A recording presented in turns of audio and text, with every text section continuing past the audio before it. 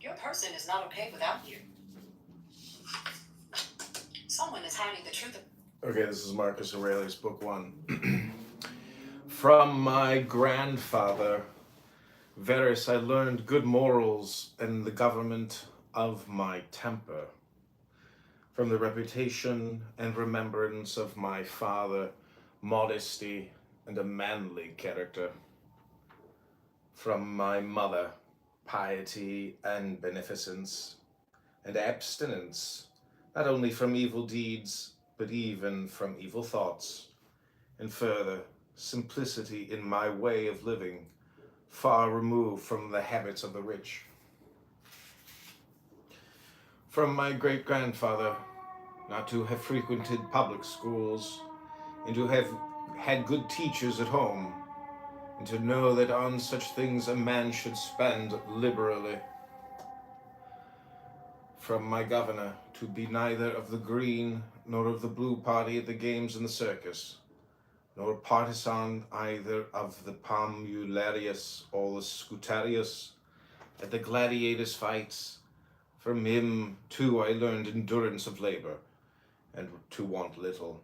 and to work with my own hands, and not to meddle with other people's affairs, and not to be ready to listen to slander. From Diognetus, not to busy myself about trifling things, and not to give credit to what was said by miracle workers and jugglers about incantations and the driving away of daemons and such things, not to breed quails for fighting, not to give myself up passionately to such things, and to endure freedom of speech, and to have become intimate with philosophy, and to have been a hearer first of Bacchius, then of Tandasus, and Marcianus, and to have written dialogues in my youth, and to have desired a plank bed in skin, and whatever else of the kind belongs to the Grecian discipline. From Rusticus I received the impression that my character required improvement and discipline. And from him I learned not to be led astray to sophistic emulations, nor to writing on speculative matters, nor to delivering little hortatory orations, nor to showing myself off as a man who practices much discipline, or does benevolent acts in order to make a display, and to abstain from rhetoric and poetry and fine writing, and not to walk about in the house in my outdoor dress, nor to do other things of the kind, and to write my letters with simplicity, like the letter which Rusticus wrote from Sinuessa to my mother, or with respect to those who have offended me by words, or done me wrong, to be easily disposed, to be pacified and reconciled, as soon as they have shown a readiness to be reconciled, and to read carefully, and not to be satisfied with a superficial understanding of a book, nor hastily to give my assent to those who talk overmuch. And I am indebted to him for being acquainted with the discourses of Epictetus, which he communicated to me out of his own collection. From Apollonius I learned freedom of will and undeviating steadiness of purpose, and to look to nothing else, not even for a moment, except to reason, and to be always the same in sharp pains, on the occasion of the loss of a child, and in long illness, and to see clearly in a living example that the same man can be both resolute and yielding, and not peevish in giving his instruction, and to have had before my eyes a man who clearly considered his experience and his skill in expounding philosophical principles as the smallest of his merits. And from him I learned how to receive from friends what are esteemed favors, without being either humbled by them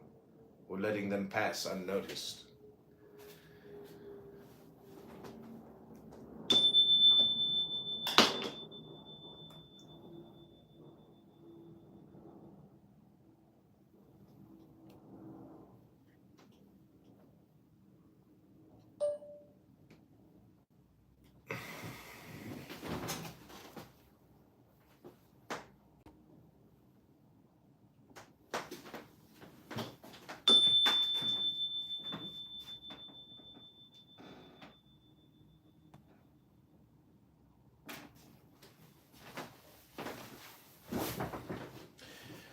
From Sextus,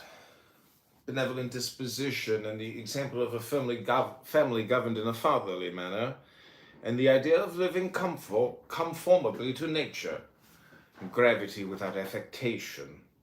and to look carefully after the interests of friends, and to tolerate ignorant persons, and those who form opinions without consideration. He had the power of readily accommodating himself to all, so that intercourse with him was more agreeable than any flattery, and at the same time he was most highly venerated by those who associated with him. And he had the faculty both of discovering and ordering, in an intelligent and methodical way, the principles necessary for life, and he never showed anger or any other passion, but was entirely free from passion, and also most affectionate, and he could express approbation without noisy display, and he possessed much knowledge without ostentation. From Alexander the Grammarian, to refrain from fault-finding, and not in a reproachful way to chide those who uttered any barbarous or solecistic or strange-sounding expression, but dexterously to introduce the very expression which ought to have been used, and in the way of answer or giving confirmation, joining in an inquiry about the thing itself, not about the word or by some other fit suggestion. From Fronto, I learned to observe what envy and duplicity and hypocrisy are in a tyrant, and that generally those among us who are called patricians are rather deficient in paternal affection. From Alexander the Platonic, but frequently nor without necessity to say to anyone, or to write in a letter that I have no leisure, nor continually to excuse the neglect of duties required by our relation to those with whom we live, by alleging urgent occupations. From Catullus, not to be indifferent when a friend finds fault, even if he should find fault without reason, but to try to restore him to his usual disposition, and to be ready to speak well of teachers, as it is reported of Domitius and Athenodotus, and to love my children truly.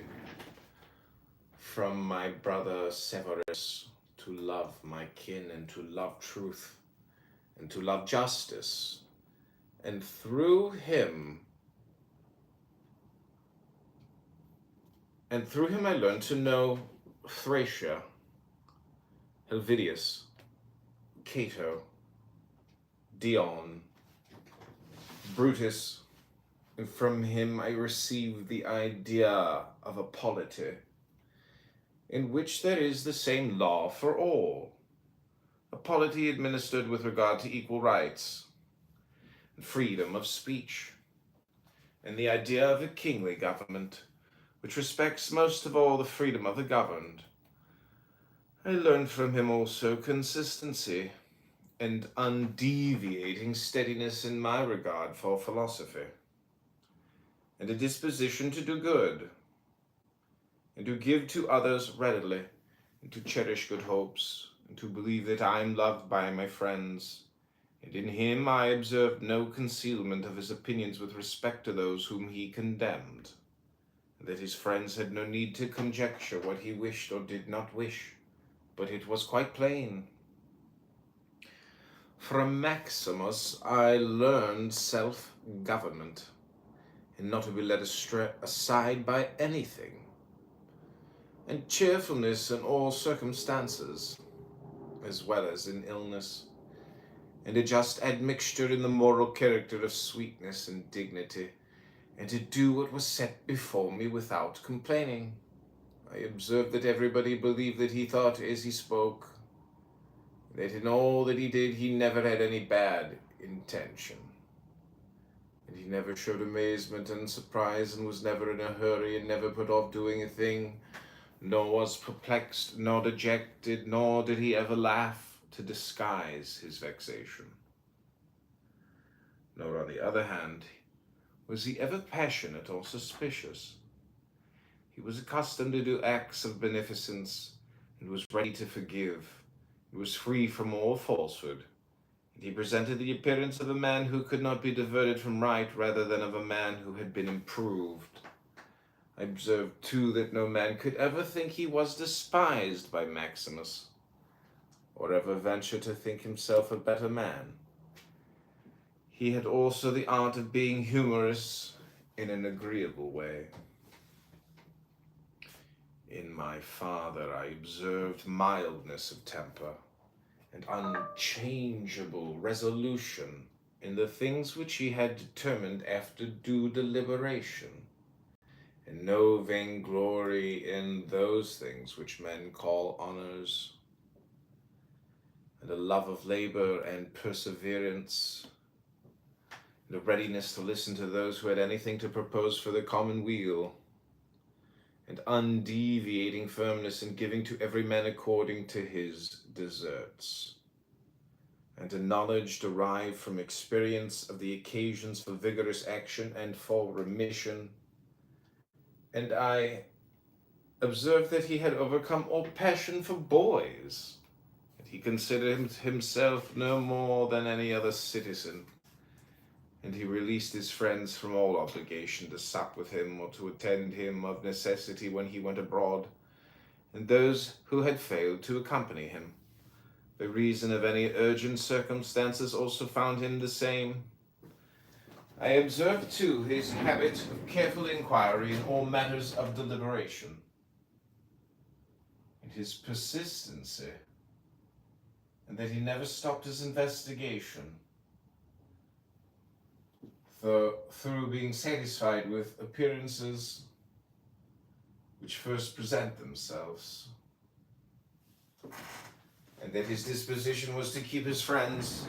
not to be soon tired of them, nor yet to be extravagant in his affection, and to be satisfied on all occasions and cheerful, and to foresee things a long way off, and to provide for the smallest, without display, and to check immediately popular applause and all flattery, and to be ever watchful over the things which were necessary for the administration of the empire, and to be a good manager of the expenditure,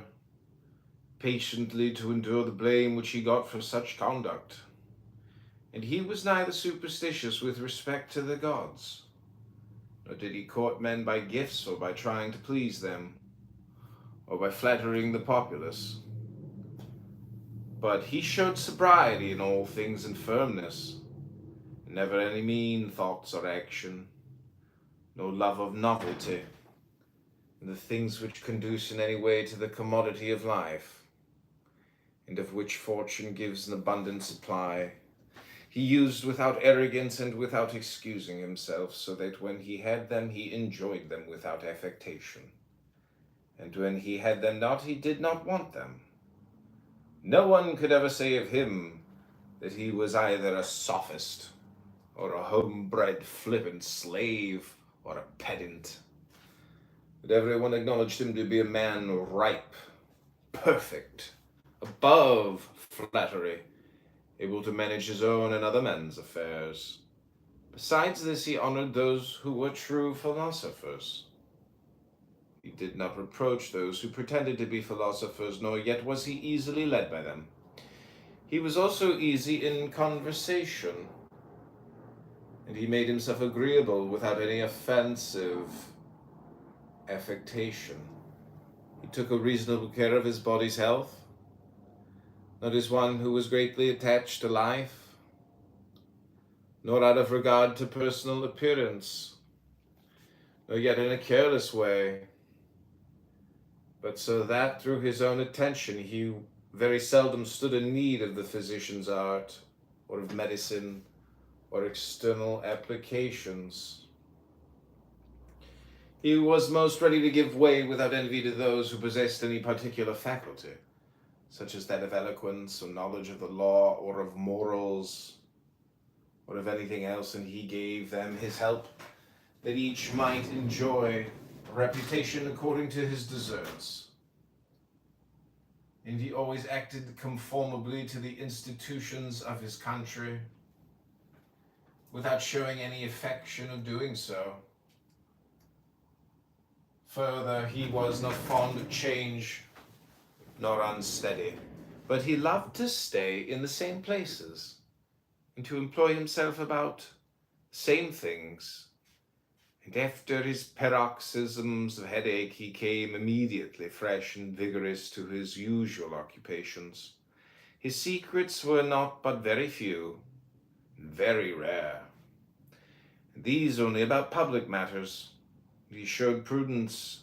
and economy in the exhibition of the public spectacles and the construction of public buildings,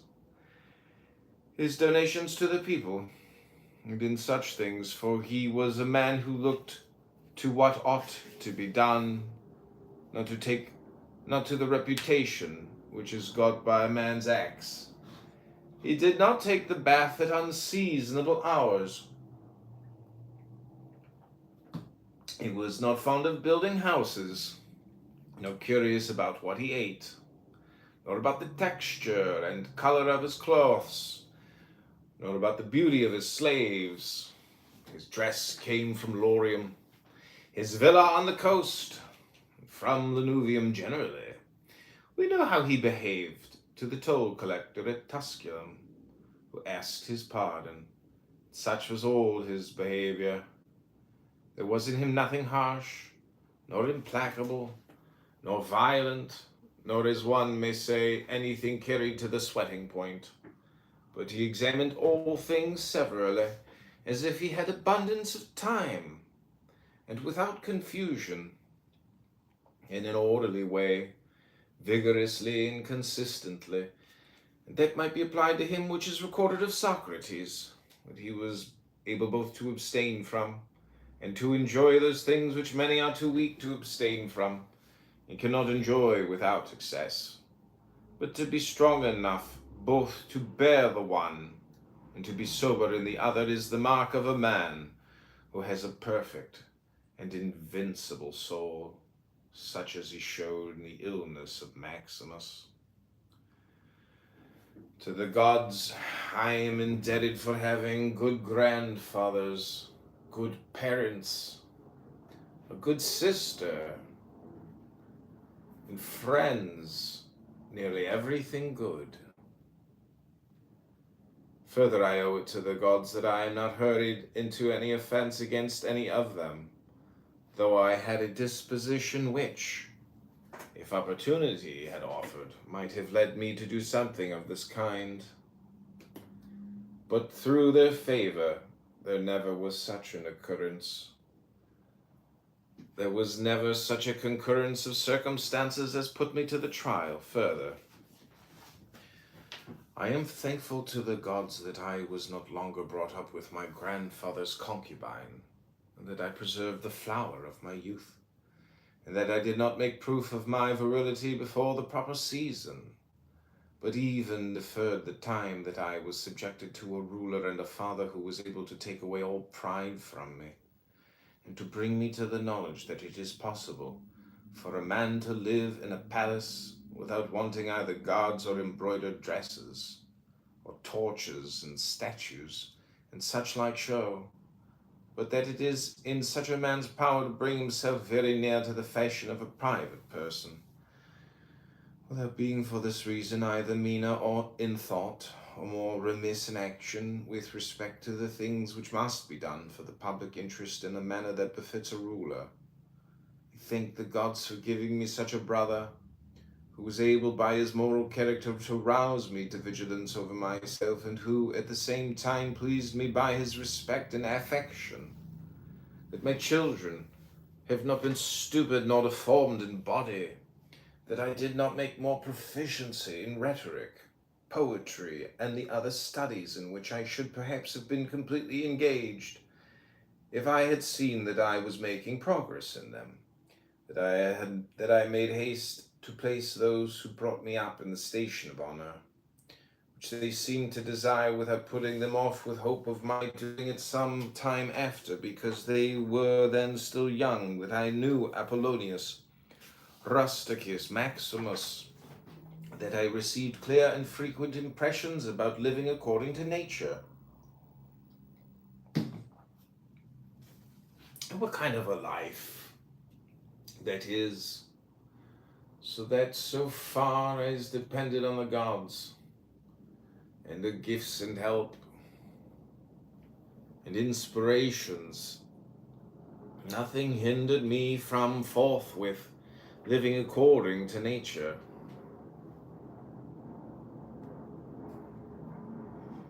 Though I still fall short of it through my own fault, through not observing the admonitions of the gods, and I may almost say their direct instructions, that my body has held out so long in such a kind of life, that I never touched either Benedicta or Theodotus, that after having fallen into amatory passions I was cured, and though I was often out of humor with Rusticus, I never did anything of which I had occasion to repent, that though it was my mother's fate to die young, she spent the last years of her life with me, that whenever I wished to help any man in his need, or on any other occasion, I was never told that I had not the means of doing it, that to myself the same necessity never happened, to receive anything from another, that I have such a wife, so obedient, so affectionate, and so simple, that I had abundance of good masters for my children, and that remedies have been shown to me by dreams, both others, and against blood spitting and giddiness, and that when I had an inclination to philosophy, it did not fall into the hands of any sophist, that I did not waste my time on writers of histories, or in the resolution of syllogisms, or occupy myself about the investigation of appearances in the heavens, for all these things require the help of the gods and fortune.